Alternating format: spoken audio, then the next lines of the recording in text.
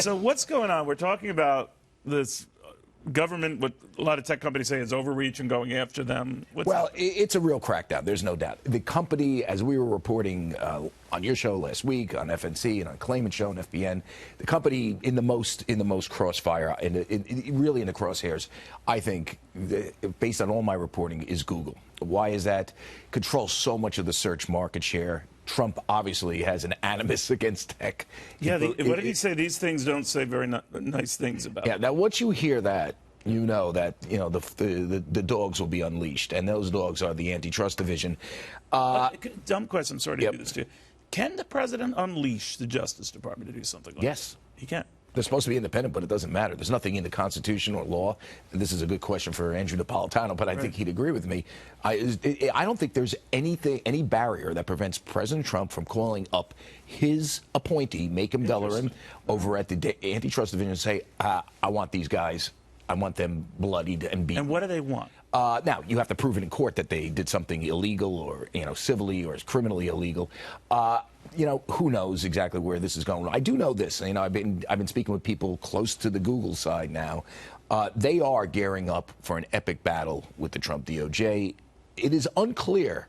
I haven't been able to nail down whether the Trump DOJ has officially told them we're investigating you or whether this is just, what we're hearing through the grapevine.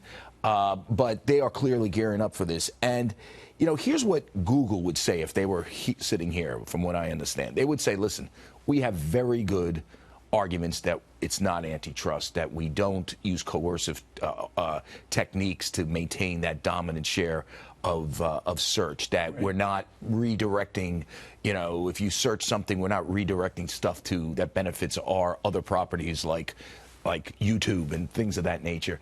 And they said those arguments, they've been able, and this is what they think gives them a leg up on this thing, those arguments were successful during the Obama administration in convincing then, not the DOJ, but the FTC, not to bring any charges, not to bring a case against them. The full FTC voted, I think, 5-0 not to bring a case against Google back in 2015.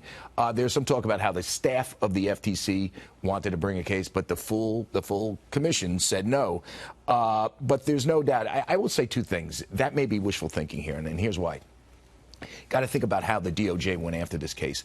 The DOJ actually got involved in this maybe like for the first time. Like in the old days, these sort of tech companies where a lot of it was done by the FTC. The DOJ wants this case.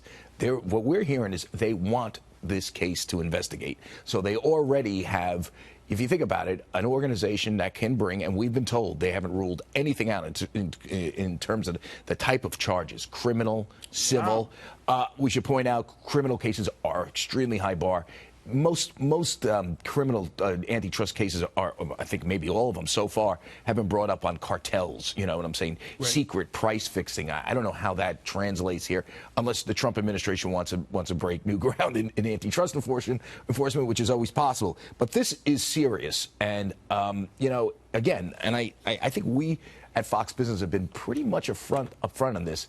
These tech companies are now in the crosshairs, not just of Congress, the usual suspects like Elizabeth Warren, but the alleged free market guys that are running Trump DOJ. You say these companies, would you include, the Facebook, the Amazon, even Apple? Yeah, they're all being scrutinized. I would put Google at the top of the list. Google's always at the top of those lists. Yeah, right? Just because of how much it controls, and I think Trump has publicly, maybe even today, publicly singled them out.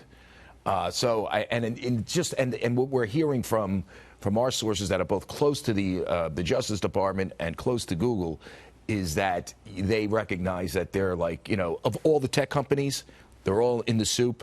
They're public enemy number one among them. And I'm surprised they're holding up in the face of this, and even talk of a worldwide digital tax. Yes, and they're holding up surprisingly. Yeah, listen, just so you know, I think they believe, and a lot of investors believe, that the criminal case is just so out there. Right. You're really going to have to make new law. So could there be a civil case? They make a ton of money that they, and it's going to take a couple years to play out. And I'll tell you, Google is going to take this stance, particularly with investors, if they get worried about this, big institutional investors. We've been there before. We know how to do this. We have very good arguments. Now, the counter to that is DOJ is telling us or not telling us, but signaling to people, I should say. They're not returning my calls. And who do they signal to? Well, there's a host of lawyers out there that deal with the DOJ on a daily basis that, they don't like this type of behavior. This is very serious behavior. And they wanted this case.